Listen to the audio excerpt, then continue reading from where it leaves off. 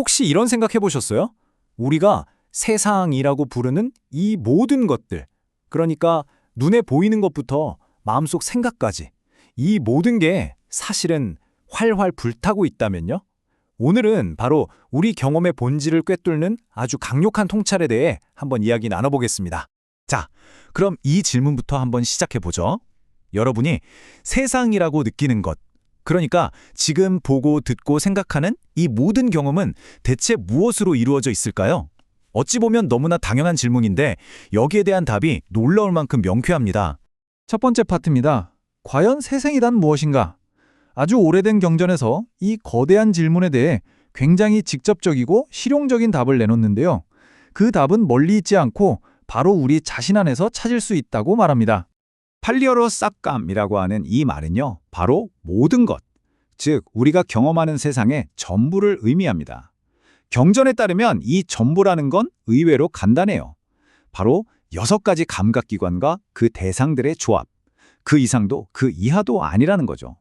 하나씩 한번 살펴볼까요? 우선 첫 번째는 눈과 형상입니다. 우리가 세상을 인식하는 가장 대표적인 통로라고 할 수 있죠.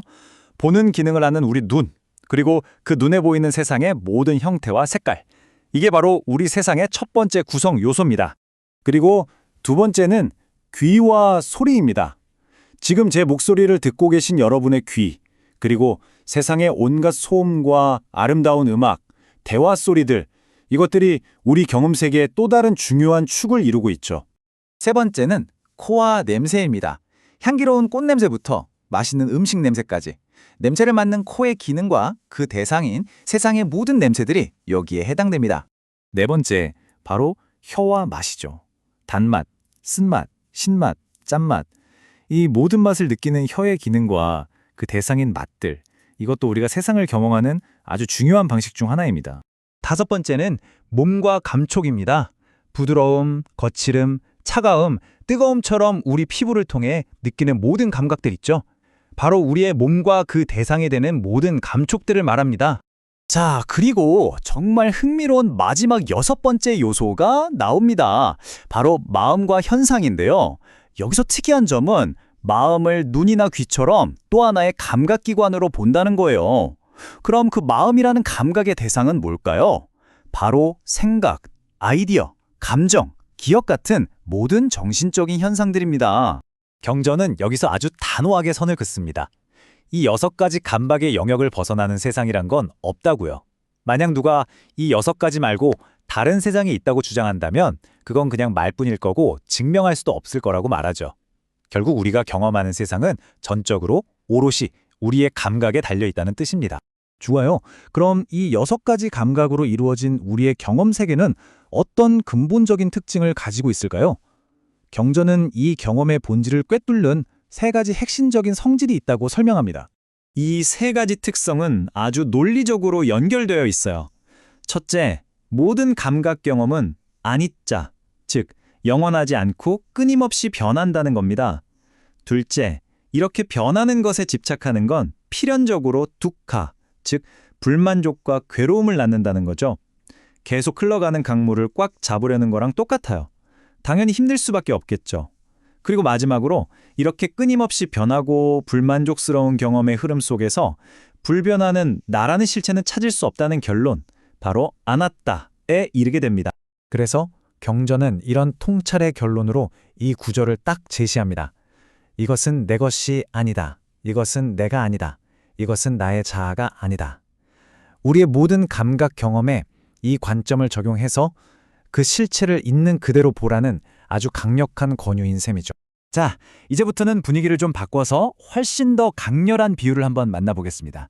이렇게 변화무쌍하고 불안정한 우리의 현실을 경전은 아주 충격적인 이미지 하나로 그려내거든요.